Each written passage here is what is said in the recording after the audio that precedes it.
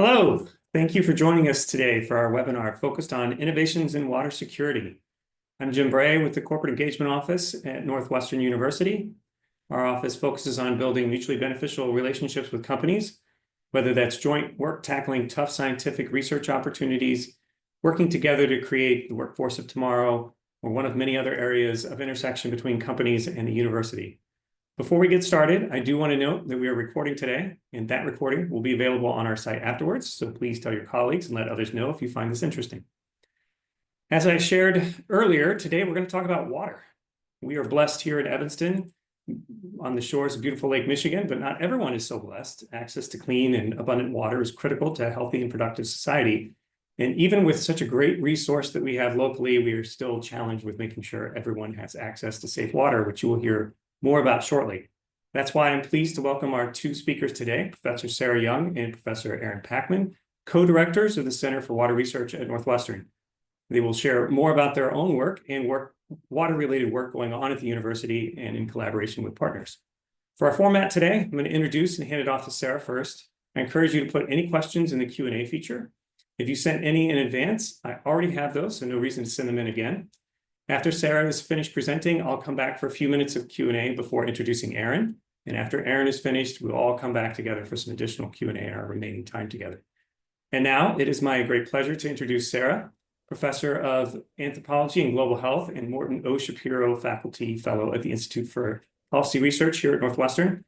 In the interest of brevity, I'm not going to go into Sera's her biography in detail, but I do encourage you to look her up online. She's doing really interesting work, not just in terms of water insecurity, but also food insecurity in PICA, the craving and consumption of non-food items, which I did not realize was a thing until meeting her. And I will say Sera is someone who has done incredible work, 170 publications, field work in Africa, studied in Amsterdam, written an award-winning book, and received several other awards and prizes. But more than that, she makes things fun and engaging, and is just a delightful person to work with. And with that, I will turn it over to you, Sera. What a nice introduction. Thank you, Jim. And I want to compliment you on your very on-brand screen with the water there. That's very nice. So you should be able to see my slides now. Is that true? Yes, although I think you're at the end instead of the beginning. Nope. I have the same. I start where I end. We're going to go full circle. My bad. So you will be hearing from me as co-director for the Center for Water Research, and also from Professor Aaron Packman after I speak a little bit about the center and about what we do. But be warned, there are questions on this exam, and while professors are very good at talking for long periods of time, we really want to know what would be helpful to you. So we will be asking you questions as well. So what are we doing with water at Northwestern? We're doing a lot. We think of the work that we do as having kind of three pillars, and at the center where these pillars are overlapping, there's water security. So there are people across, I think at Northwestern we have 12 schools, probably 11 of them work on water, and people at all 12 of them drink water. And we work on issues of water quality, including purification and sensing and water safety. And I'll say a little bit more about that in the end of my talk. We work on water for society. So water for health, for prosperity and well-being. There's some really cool work going on with MWRD, for example, on pandemic surveillance. I think my work is pretty cool. I'm going to talk to you about that. We also talk about and make water available. There are people who are extracting water from the air. There are people who are doing nature-based solutions for water. Water reusing and ensuring that the supply that we have is great. And to support that, we've had a lot of different sources of funding, both from corporations and foundations and federal funding, which really suggests how robust we are in our very diverse interest in water. I mean, even at the Block Museum, which is the art museum here, there's water. I would flag for you that we're trying to grow the Center for Water Research, both within Northwestern, but also outside of Northwestern. And you'll see if you look at our LinkedIn page that we have some pretty cool activities, including calling them jamborees for students and faculty, getting together for informal watering holes. And it might be interesting for you to come and attend them, or maybe even present at one. These are informal monthly meetings where we talk about a topic like for example, we've talked about PFAS, we've talked about some water litigation here in the US, in Chicago. And then we hear the speaker, but then we talk as a bigger group. So like I said, I could talk to you for 2 hours straight about water, but I won't. I would like you to be thinking as we're talking about what's happening at Northwestern, how can what we do at a university be helpful for you? I mean, at a university, we have the flexibility to explore things, and we don't have this like return on investment obligation like for the next financial quarter. So we can play a little bit, and we want that playing that we do to be ultimately useful.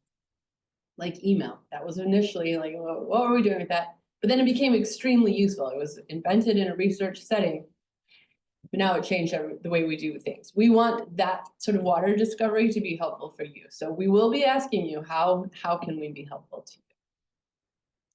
But I'll take just a few minutes, maybe 10, to talk about what I have been spending the last 12 or so years of my life on. So I don't think it will be hard to convince anyone here that there's a global water crisis. You open up the newspaper and you can see that there are issues in the United States and Mexico and Kenya, many, many places. And it's maybe not a surprise either that that problem is multidimensional. So sometimes there's not enough water. Sometimes there's water, but people can't get to it.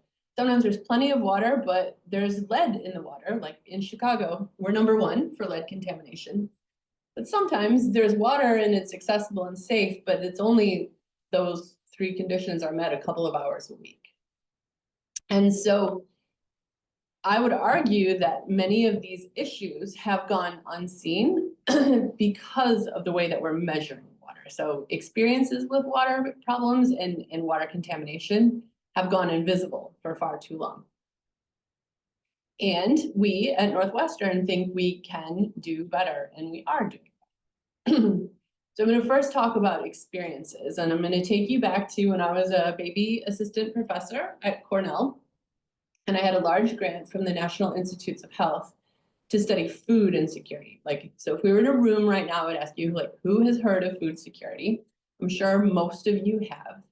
And so I was working on food security, but I was talking with women, and women like this one, who was saying like, yeah, food is a problem, but water is also a big problem. And so what you can't quite see, she's pregnant out to here, but she's going to fetch water because her mother-in-law on the left is not letting her use the water that's being captured in this, the rainwater that's being captured. And she went into early labor to great harm to her and her eventual infant. And she's telling me water is a problem.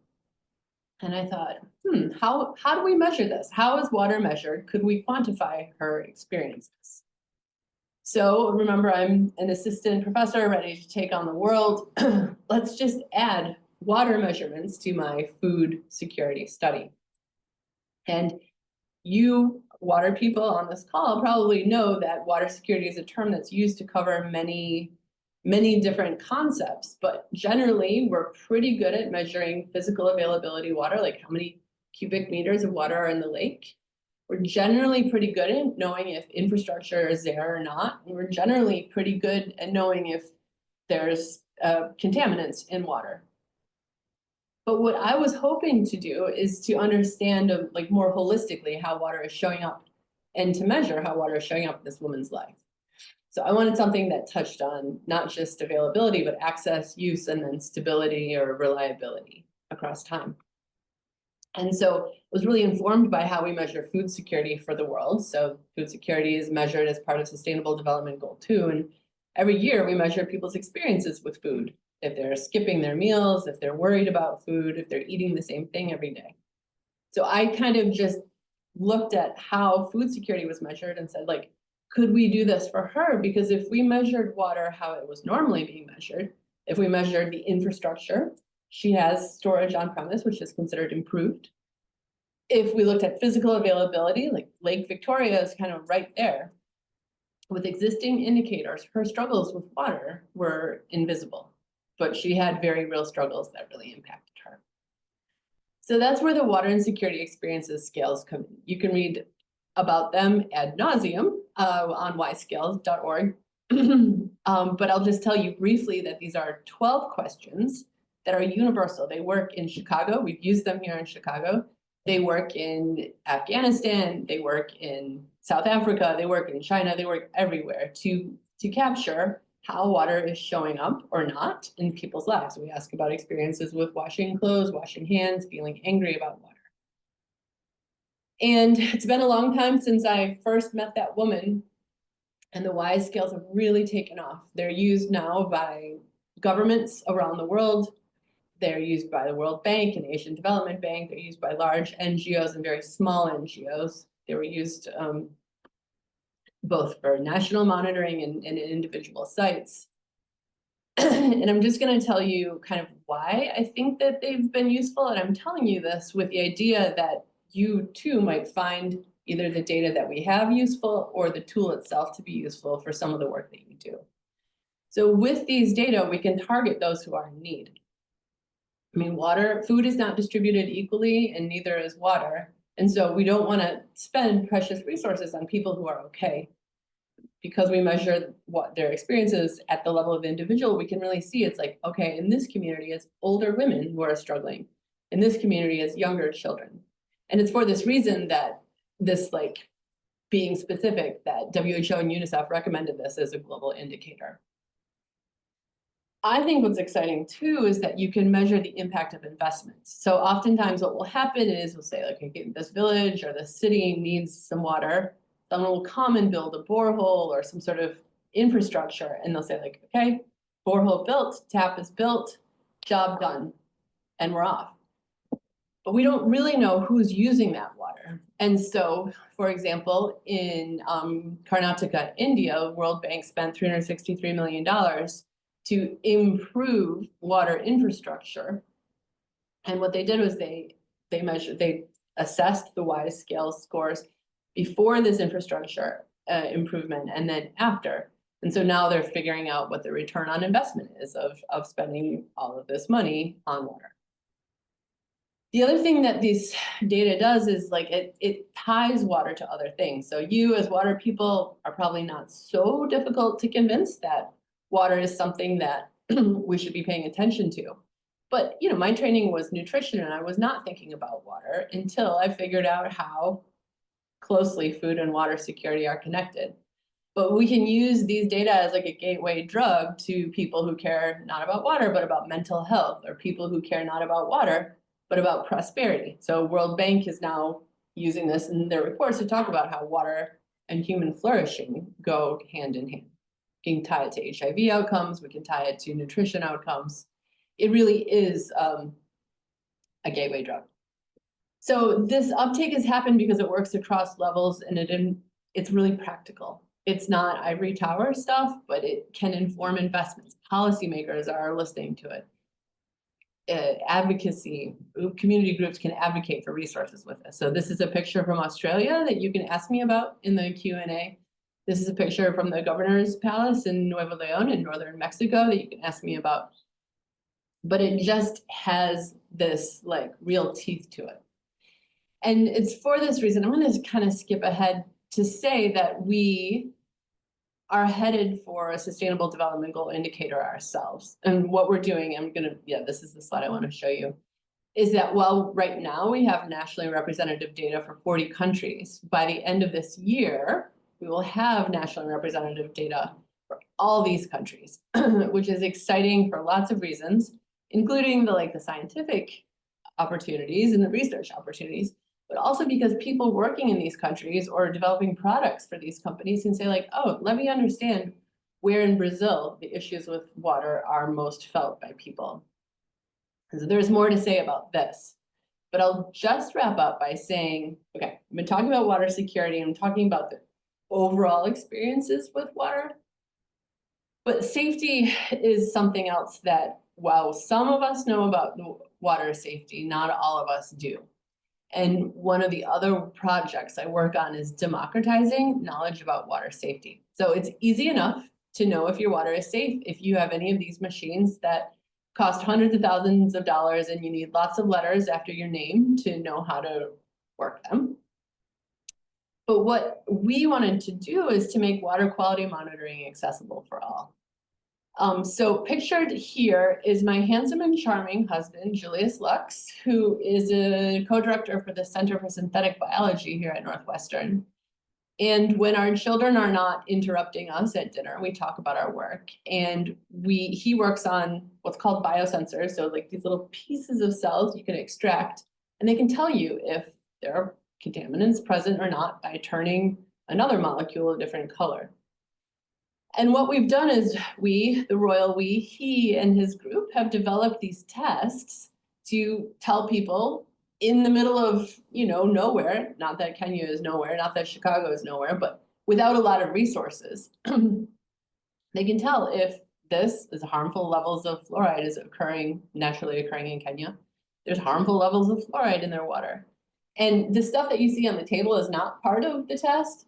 It's just what she has in her hand. And I feel like the ultimate test of a user-friendly test is if you can do it with a baby on your lap. And this woman could run the test with a baby on her lap. So we're doing this in rural Kenya to detect naturally occurring harmful levels of fluoride. But we're also doing this in Chicago. In fact, right now we're starting up the next round of data collection. It's like, think of it like a COVID test for lead in drinking water, or a pregnancy test. You just have this, puts some drops of water in, and does it turn a color or not? That's how you know if you'll have lead. And you can see more about this on the website. It's wise-dx.org. And we even have this little comic book that really communicates what it is we're doing with biosensors to get at water safety for all. So that's me in a nutshell. And if you think that's interesting, wait till you hear from Aaron Packman, who is up next. Great, thanks, Sarah. I think first we're going to pause for a second and see if we have any questions. I don't see any questions that have come through in chat necessarily yet, but to give people a moment and a chance to do so, I'll follow up with one question. So you shared a lot of compelling information about WISE scales. How can companies follow up on the use of that? If they're interested, how can they get involved? Yeah, I mean, the best thing to do is I'll put my, in fact, I can't type and talk. In a second, I will type my email address into the chat. I would also go to wisescales.org. There are a couple ways that this information can be useful to companies. So we have good data for different sites in the world, and good data for different countries in the world. But the 12 questions are open access themselves, so people are welcome to implement them as they see fit, or I can help them to implement them. And I can tell you companies like Unilever have found this to be really helpful to understand where the needs are for having trouble for different water-related products. They also were using this, I think, like in a before and after they did an intervention for some water cafes in rural India to see if these this investments that they were making were making a difference. Okay. Well, we'll maybe get into some more Q&A in a little bit, but maybe at this point we'll shift gears a little bit, and I'll introduce Professor Aaron Packman, who's Professor of Civil and Environmental Engineering and U.S. Director of the U.S.-Israel Collaborative Water Energy Research Center. I'm also not going to go into Aaron's background in depth, but I will share, again, he's a very highly collaborative leader. He's worked along with Sera and other faculty of the Water Center to really build the profile of the center and identify new research for us, taking advantage of our location on one of the largest fresh bodies of water in the world. His personal research focuses on water system dynamics, contamination risks, and microbial growth and transmission in natural and engineered systems, as well as nutrient pollution, urban flooding, ecosystem degradation and restoration, and waterborne disease transmission.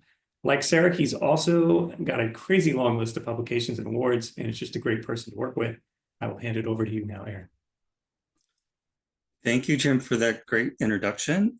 I am going to focus on more of the technology side, which is a core strength of Northwestern.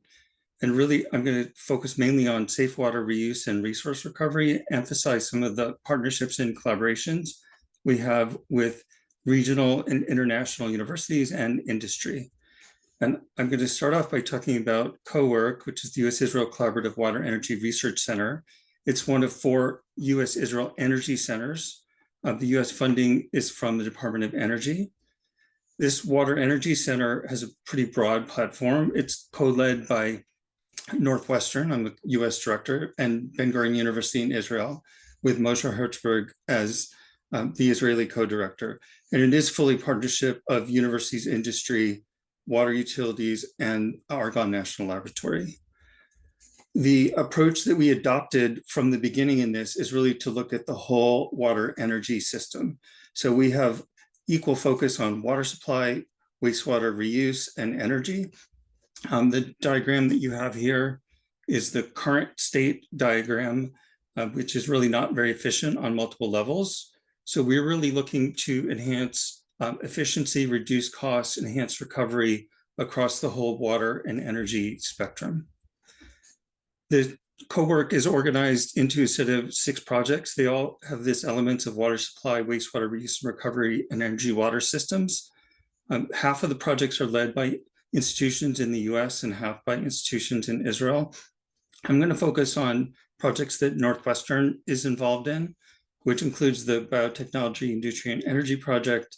And then we lead or co-lead 2 projects, one on trace organic pollutant removal and a second one on energy water systems analysis. For biotechnology, we're really looking at ways to reduce energy for wastewater and improve recovery of more or less everything that is useful within wastewater. So that is water itself, nutrients and energy, and other value-added products. So from a systems perspective, this gives you more resources to use and also greatly reduces the overall cost and energy use for wastewater treatment. The contributions from this have really focused on pilot testing technologies and building multiple pathways around that. So here's a photograph of one of our core technologies, an anaerobic membrane bioreactor pilot, which has been operating for about 1.5 years at the Shaftan water recovery facility in Israel. So that's the wastewater treatment plant that receives water from the whole Tel Aviv area, so population around 2.5 million people. And all of the wastewater is treated and reused for agriculture. So with the anaerobic membrane bioreactor, we have first a wastewater treatment technology that is innovative and efficient, but also a platform to test a number of other recovery technologies and new materials for things like anti-fouling membranes. One example here is there are 2 follow-on technologies for nitrogen and potassium recovery. These are also deployed at the pilot using the effluent from the ANMBR. So their ability to test here separate recovery technologies, multiple types, and plan waste streams. One interesting thing in Israel particularly, obviously not a water-rich area, they designed their whole water system for all the water to be reused in agriculture. So from desalination up front to wastewater recovery, there's really a need to recover and reuse materials that can be important for agriculture. And in this case, the focus is to develop specific ammonium potassium fertilizers and tailor chemistries for agricultural reuse.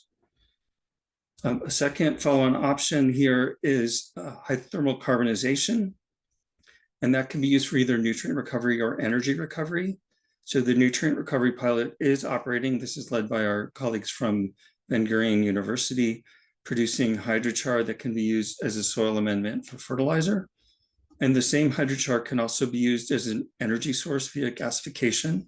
The pilot for this is under construction in Israel now. The other kind of main project that Northwestern is involved in is on trace organic pollutant removal.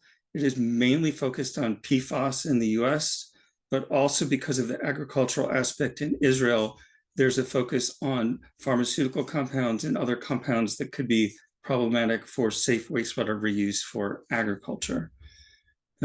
This project here is focused primarily on PFAS, and I'll just give a little bit of background in this. It's been widely discussed, so I'm sure you've heard this term of PFAS. It is referring to a set of organic compounds that have long chains with a lot of fluorine ions associated with it, very strongly bound, very stable, and then a huge range of different functional groups associated with it.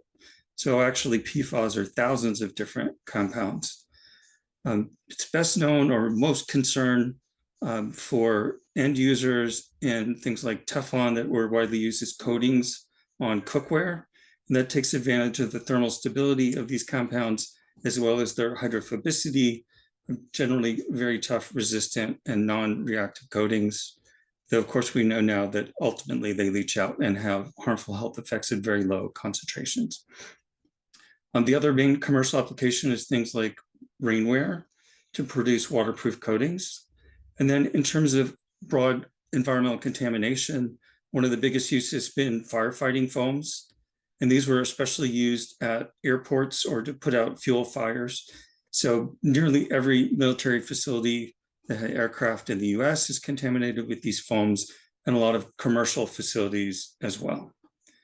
Right, so this project effort, it combines expertise at Northwestern with Will Dichtel in chemistry being our lead, and Rosa Gwynn at AECOM being the industrial lead. And she's AECOM's global PFAS lead, so tied into a wide range of applications for industry and municipal wastewater treatment. All right, so the core technology, the material that we're using here is something developed by Will Dichtel.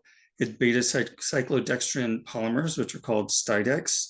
They're illustrated schematically with these little cups, which is an organic ring, and it is specifically very highly efficient at removing PFAS compounds. So this cyclodextrin polymers, they've been used for a long time. They're produced from cornstarch, very safe, very well-known, very sustainable feedstock. And the difference here is new chemistries that are high affinity for these trace organic compounds. The focus of our work has really been to develop new formulations, screen them, test them, scale them up, and pilot testing with collaborators. So this is illustrating a new formulation of Stydex beads that were produced in Will's lab. And what we were able to do is screen these formulations very rapidly, scale them up, test them at multiple scales in the laboratory, and then pilot them. So this approach involves rapid screening, scale up across multiple scales, and piloting, which I'll show you in a minute. But I'm very proud that we were able to do all of this within a year, which is remarkably fast for developing and testing new materials. So there's a particular advantage of CoWERC to be able to accelerate this process and get things out to the real world quickly and evaluate their performance. So this pilot for these Stydex beads compared with commercial alternatives has been operating with a range of trace organic compounds, including PFOA and a number of other PFAS for a year as well. And it has side-by-side comparison on real wastewater under real operating conditions. So this has shown great promise. We have a couple of recent publications that's led by students in Will's group. I'm involved in with students in my group and AECOM. And we're excited about the opportunity to work with people to commercialize this. All right, the third project I'll talk about in CoWERC is our energy water systems analysis project. This is distinctly different than a lot of efforts because we intentionally built a consistent analytical framework as a wrapper around the whole energy water system. So this provides an enormous advantage that it lets us evaluate all technologies and all the new materials on a consistent basis with LCA and TA analysis and assess the overall system level impacts on water, energy, and cost.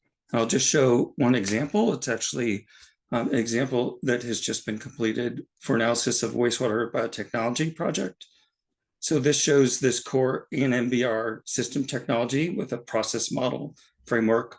And then these options I described for nitrogen recovery, also phosphorus recovery, and the hydrothermal carbonization. So all these processes, starting with the core ANMBR, and all add-ons can be simulated together.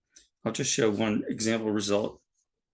For the levelized cost of the ammonia recovery process, so one of the pilots that I showed you previously, process models give you performance results, tied with TA gives you cost results. So we already have estimates of the main cost drivers for operation of this technology. So including the capital cost, the membrane cost, and then the chemical and energy costs. So this is being done consistently across all technologies. I'm just going to highlight a few of the products from Jennifer Dunn at Northwestern, who's leading these efforts. So the same kind of analysis has been completed and recently published for circular nitrogen bioeconomy, as well as zero and minimal liquid discharge desalination. So that's with collaborators at Yale and in Israel. And for anti-fouling membranes that are going to be tested in the anaerobic membrane bioreactor this year. So if you're interested, you could send us an email at water@northwestern.edu or reach out to Jennifer directly. All right, now I'm going to shift gears and talk about a regional initiative that is both newer and larger, and that's the Great Lakes Renew Water Innovation Engine. And the core principle here is if you view wastewater as a waste product, you treat it, you spend money, it has no value. But if you view it as a feedstock, then suddenly there is value. And suddenly, the Chicago area in particular, we have the largest wastewater treatment plants in the world. That's a huge set of resources. This builds on earlier efforts by Current Innovation, which is the lead entity on this, on the blue economy. So that's the economy that depends directly on water, and it's probably much larger than you would expect. Around $17 billion a year in the Chicago area, with 1.5 million people employed in that industry. So that includes the traditional water companies, water technology companies, water utilities, but also a lot of new efforts on water data monitoring, sensing, infrastructure, and the water energy nexus, as well as all the water end users. So the unique aspect about Renew is that it is a partnership to bring all of those entities together across the Great Lakes. Renew is one of the largest grants ever awarded by the U.S. National Science Foundation under the Regional Engines Program, which is intended really to drive the economy or have innovations that support economic development and job creation at a regional scale. And we're extremely happy that we were able to get one of these flagship NSF programs on water in the Great Lakes region. The framework here is really to have a full partnership between research institutions, industry, and government agencies. So there is a very broad blue water economy framework. It involves a lot of the elements that I already described in terms of linking supply, resource recovery, and reuse. So that includes water itself, and even more than that, recovering valuable nutrients, minerals, energy, and of course, water from wastewater. Just to wrap up, I'm going to highlight Northwestern specific efforts under this. Our Renew Engine efforts are led by George Wells here at Northwestern. He's also the CoWERC biotechnology lead, so a lot of connections and leveraging between these efforts. So that specifically the use-inspired research and development, so the applied research with a lot of direct partnerships between companies and universities. There's also specifically an industrial ecosystem with an industrial consortium in Renew. So that's a direct opportunity for you to get involved in this if you're interested in working with Northwestern and many other great research institutions across the whole Great Lakes region. And a specific translation and workforce development program where Nicole Pinkard from Northwestern is also one of the co-leads. The way that Renew operates, it's set up in phases. So we're in the middle of phase 1, which is a 2-year effort, and Northwestern has 2 research projects in this phase 1 effort that are ongoing already. One of them is led by George, and it's again on nitrogen recovery from wastewater. So you're seeing some very clear themes here in terms of what we can do. The second one is a materials platform for phosphorus recovery led by Vinayak Dravid, who's a well-known professor of material science here and also extremely well-known because he leads all of our materials analysis facilities. So Vinayak's group developed this innovative sponge material. It's highly tailored with nanoparticle coatings and uses a natural sponge material as a substrate. So it has a kind of easily reusable component in the sponge and a highly engineered component, very effective for phosphorus removal. And we're currently in the process of scaling up and testing it, following the pathway that I described previously for CoWERC. And in fact, using the exact designs or using the same platforms we have available, and adding a phosphorus recovery pilot alongside the PFAS removal pilot. There will be many more efforts in this. So there was just an RFP with proposals submitted to Renew, a number led by Northwestern, a number in partnership with industry as well. And so there'll be a whole set of these additional projects developing over the next few years. To wrap up, I will echo where Sera started in terms of the global water challenge we all know. And I would emphasize that this really requires new and innovative solutions across the whole water spectrum. So that means water supply, water quality, water safety, and water security. And that Northwestern, building on our core strengths, developing a wide range of technologies and materials. And these large collaborative projects like CoWERC and Renew really give us strong ability to work directly with industry to scale up and pilot test new technologies and materials and address potentially a range of applications. So again, actively looking for industrial partners who are interested in commercializing or applying some of these materials, or working with us to develop targets for new technologies and to pilot test. With that, I will turn things back over to Sera to sum up further, and then we'll have plenty of time for a Q&A. Aaron, you're busy. You've been doing stuff. Thank you, Aaron. So I'm just going to take us the last two slides to say just go to the screen. So we at Northwestern are busy doing water stuff. We're doing water stuff to make water safer, and to understand how water is showing up in people's lives.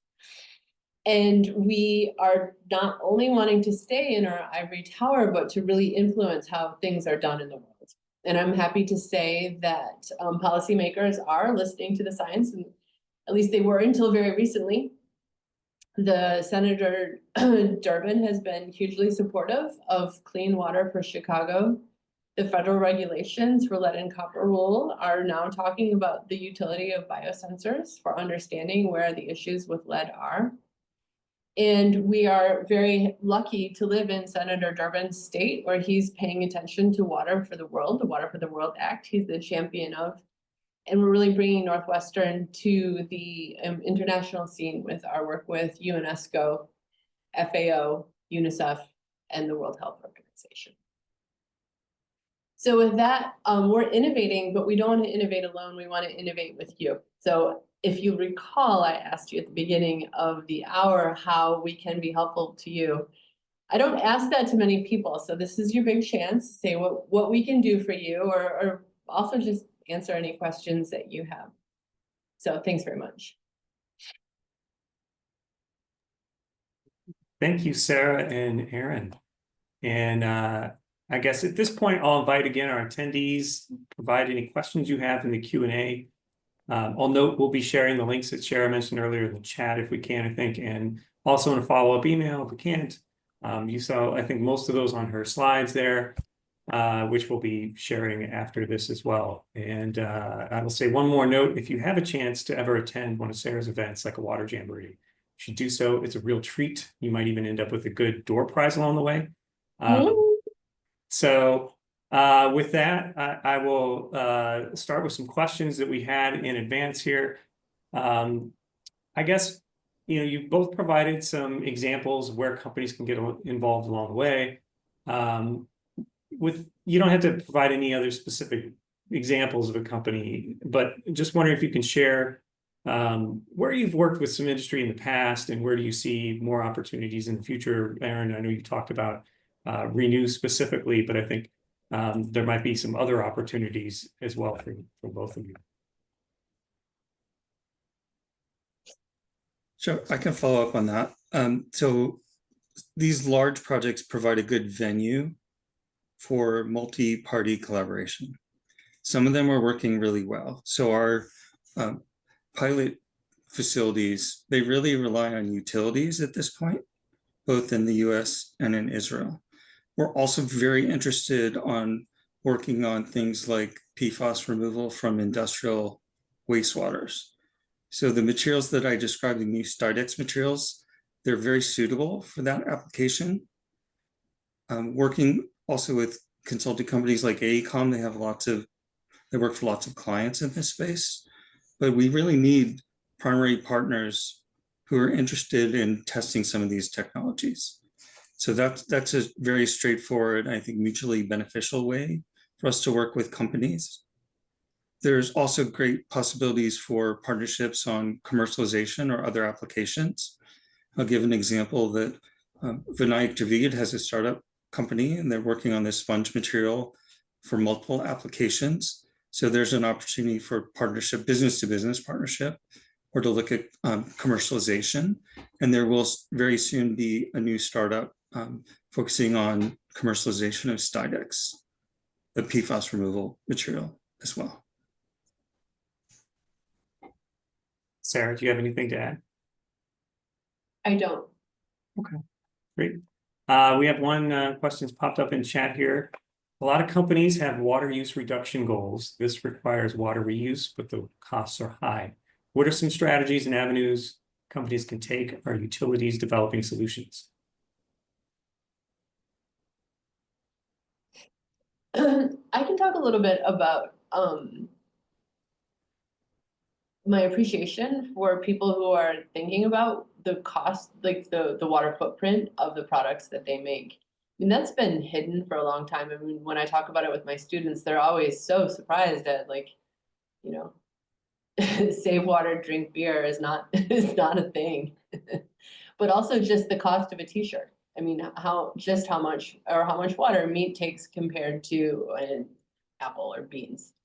So, I mean, one thing is, it's just really great that companies are starting to pay attention to that. And, you know, I noticed in my daughter's jeans, they're like the low water cost jeans. I mean, I've had great conversations with, for example, Lululemon and Gap, who are thinking, like, how are we more water forward thinking? So we're all a lot talking about net carbon zero these days. And I think the next frontier in sort of being environmentally responsible consumers and producers is talking about the water use. So I don't have, like, clever technology to offer you, but I can tell you that consumers are really paying attention to water use, and thinking about how you measure water use is really smart to be doing now. Aaron is the one who's going to solve everyone's problems. Aaron, how are we going to solve their problems? Well, we're going to use a wide range of pathways and partnerships to solve the problem. I wanted to get back to the cost aspect because it's a real issue. You can practically never beat the cost of just pulling water out of a lake or groundwater. So the kind of drivers, I think, are long-term security of your water supplies and regional limitations that we're increasingly seeing. So one value of having reuse at all levels is that it reduces your primary water need. And if there are ever water shortages or events that cause disruptions in water supply or the usability of the source water, it buffers you against that. And then secondly, we are already seeing limitations in regional water availability that are impacting industries. So partly it depends where you are. And there's no better example than Israel. I mean, they switched at the national scale to full wastewater reuse and 50% of their drinking water from desalination because they had to. The risk of not doing it were worse. So I think it's not strictly a cost issue, but there are other drivers that are benefits to companies. And you also presented some information about Renew and work that Jennifer Dunn's kind of been doing in that field too. Is it safe to say that there might be opportunity for companies to, work with that, or is she working with companies as part of that project? Do you know? Yes, she is indeed working with companies. So that's one of the unique aspects of CoWERC with direct industrial and utility partners. So they're data sharing for that wrapped into the systems analysis framework, as well as laboratory and pilot testing data. So that aspect is really important. And the biggest limitation on that is industrial partnerships, truly. We all understand that companies really can't and shouldn't share market data with their competitors, but there's some of this information that can benefit everyone. And so looking for some partnerships for information clearinghouses is one route. And a second route is through direct partnerships. Thank you. I think we have a related question to that, and that is there a way to monetize risk so one can assess in a bit more tangible terms? As you were talking about sort of like the risks that come along with, not having water. I think a lot of industries are already doing this, actually much better than the public sector. Companies that are really water intensive, like food and beverage, for example, they do their own water sustainability analyses because they have to guarantee supply. I mean, it's a core element of their product. I'm not so familiar, but I do know some examples. It comes up particularly in capital investment, because when you're investing in $100 million facility, you want to make sure it can actually operate for 20 or 30 years. So these days, really, you must assess the availability of water to run the facility, produce all the products, to run servers for the lifetime of the facility. So I think industry is leading on that, and I think there is a lot of expertise out there. Okay. Our next question, Sarah, I think this is probably more in your court, based on some of the stuff that you talked about with Julius. How can point of use sensors be used for broad water problems like lead and E. coli contamination? I think you got into that a little bit. And how can these types of measurements be combined with household treatment strategies? Yeah, that's a great point. So, well, we have to get the technology straight first, and we're super close to that. I mean, if anyone wants to be in this round around Chicago, we're getting out the last kinks with how people can use it and figuring out all the ways people can put the water in wrong, et cetera, et cetera. And then it's time to scale up. And so right now we have biosensors working for lead and for fluoride. Just to be clear, a little bit of fluoride in water is a good thing. A bit of fluoride in water is a bad thing, but you do want a little bit so your teeth don't look like Austin Powers. It's a lot harder. I've been saying, like, we need bacterial, especially E. coli, detection. Apparently it's more difficult for that than for chemicals.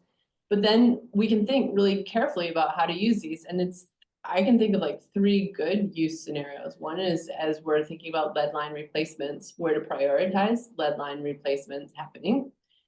Also to understand if we have lead in the appliances themselves. So like in the taps. So for a long time, you could mark a fixture as lead free and there could still be an amount of lead in it. So that will help us to make decisions about lead infrastructure replacement.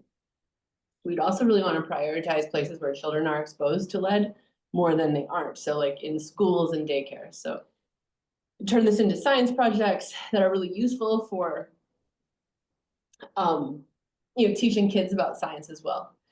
Another contaminant of interest that is really on the minds of some, I was talking with a reporter from the Associated Press last week, arsenic. There are places in the US with a lot of naturally occurring arsenic, including Coachella Valley. And there are a lot of people who are, figuring out which do we spend our money on bottled water or not. And what we've even seen in Chicago is people are like, oh, there's not lead in my water. This is great. I'm going to stop buying bottled water, which is great because bottled water is less regulated than tap water in most cases. So there are ways that individual consumers can use these tests. I just gave you some examples, but it's also useful for beverage companies. And so Julius has a spin-off company called StemLoop, and beverage companies have been figuring out how they can use these tests because, to your point about cost savings, these filters that people are using are really, really expensive. And if the filters are still working when we don't want to replace the filters, So this is a great way to save money by understanding if the filters are still working. So there's water utilities that can use them, and then there's also production factories that can use them. If that answers the question, I'm happy for you to elaborate. I think so. We have a couple questions on sort of like regional kinds of questions. So one around what are the regional strengths beyond NU and how do we leverage those in programs and initiatives, right? So I mean, clearly, again, we have lots of water. We're working with Israel has no water. There's probably other places in the country that are in between, right? We mentioned there are some places that have unique challenges with part of things in their water. And then, you know, sort of what is the current state of health and safety in our region as a biosystem of drinking water? And, you know, sort of like what are some of the other risks around the country?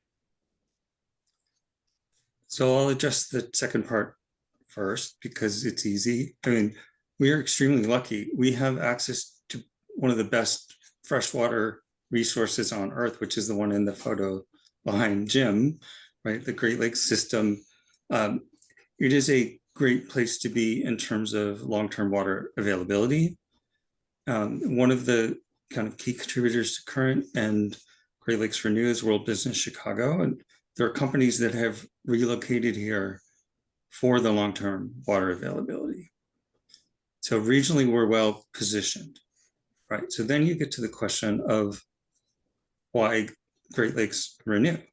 So we do have a number of advantages in that. So there are a wide range of great universities and other research institutions around the Chicago area and more broadly across the Midwest.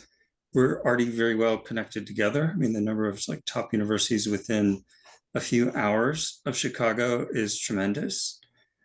We have, I think, some consistent strengths across all of those institutions. A lot of leading programs in material science, including Northwestern and a number of others.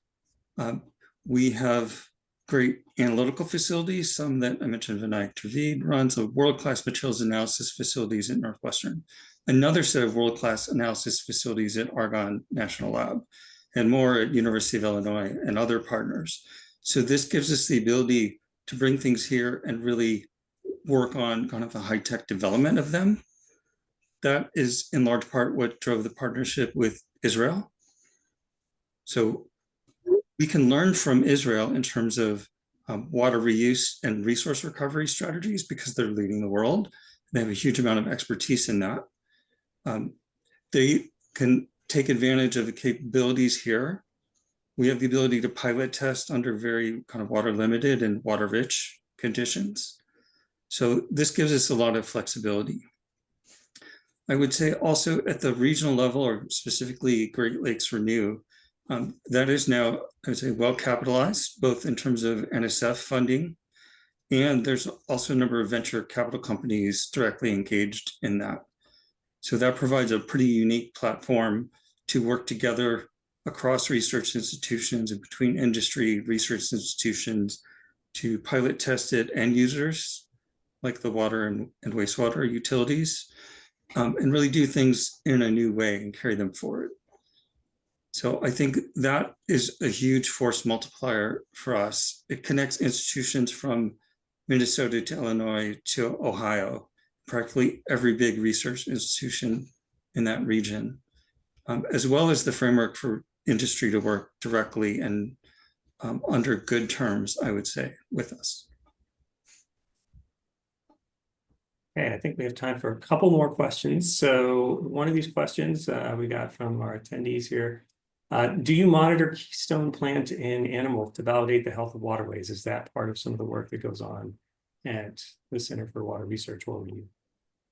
So we do that mainly with collaborators. So those are areas that are not tremendous strengths at Northwestern. On the plant side, we do have a program of plant biology and conservation, which is joint with Chicago Botanic Garden. It's another great regional partnership. And that includes ecosystem conservation. And beyond that, we do it through partnership. So we have a very strong partnership with the Nature Conservancy, for example. So we're informing some of the work that they're doing and working at some of their sites. Aaron, do you want to say something briefly about the wild rice work that you're doing? Yes, so that is another set of regional partnerships. on monomen or wild rice in the Western Great Lakes. Huge, important, tremendously important food resource historically. It's an aquatic grass, so it grows in the water. And its range and productivity has declined greatly over the last few decades, say. So we have another set of partnerships with research institutions in Wisconsin and Minnesota, federal agencies, and a whole set of Anishinaabe or Ojibwe tribes in the region who have particular focus on monomen. So all the ecology there, all the plant biology through partnerships. Okay. Well, I think it's time for our last question. So I want to close on an important topic. I think Sera talked earlier about different sources of funding you've had for your work. I was wondering if you could both talk a little bit more about that and the role, particularly the government funding, has played in your work. I'm very happy and very appreciative of National Institute of Health funding early on in my career that got me thinking of, I was doing the work on food insecurity when lo and behold, I discovered water insecurity. And this is something that, you know, the federal funding gave me an opportunity that I wouldn't have had to develop these 12 magical questions. I mean, they're simple now, but it took a lot of statistics and a lot of field work in a lot of countries to land on those. And now these are a public good that are helping many agencies and many companies and many individuals to make sure their water is safe. So just that's like a small example of something that's been really wonderful.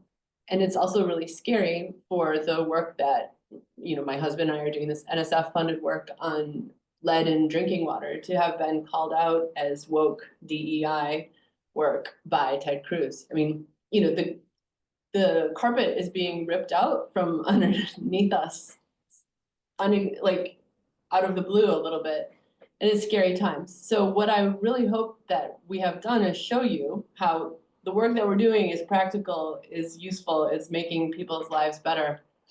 And then I hope that we can find partnerships and ways of going forward to like keep that work going. Well said, Aaron. Do you have anything to add? Yeah, so water is kind of interesting in the federal environment because water touches everything, and every federal agency has some responsibility for water. So water is addressed on the basic research side, on the health side, and on all the mission agency side. So that makes it, I think, somewhat unique in the federal environment. I would say something about kind of the pipeline of this, because most of the basic water research starts at National Science Foundation. This is all highly kind of pre-competitive research, not only far from industrial application, but also far from direct utility for the mission agencies. So there's been long-term like development of or innovation in National Science Foundation. Work may get picked up by Department of Energy, Department of Defense, or others, Interior, Commerce, many others, for further research development and application, and then ultimately transitions out to industry. So I do think there's good broad funding prospects going forward, but because of the obvious federal challenges, we're looking more for industrial partnerships now. Like these technologies that have been developed over the last 10 or 15 years and are ready to go, to look for partners to further develop them and commercialize them and apply them. Okay. Well, with that, we are out of time. I think this is a good spot to wrap up anyway. Everyone should see a link to a poll pop up in the chat function. Please let us know your thoughts on how this went today. We always value your feedback. Sera and Aaron, I want to thank you both for joining us today and sharing more about your work, informing us all about water today. Back to our attendees, if you are working at a company and would like to learn more, talk about how we can work together, please drop any of us a note. You saw their contact info earlier. We're all easy to find on the web. My office will also share both the link to the recording and other information and links in follow-up email. Finally, I want to thank you so much for joining us. Please be on the lookout for the next one of these webinars. We'll be sharing more details at some point over the summer, but we plan to focus on quantum in our next webinar in the fall. Until then, please take care. Have a great rest of your day.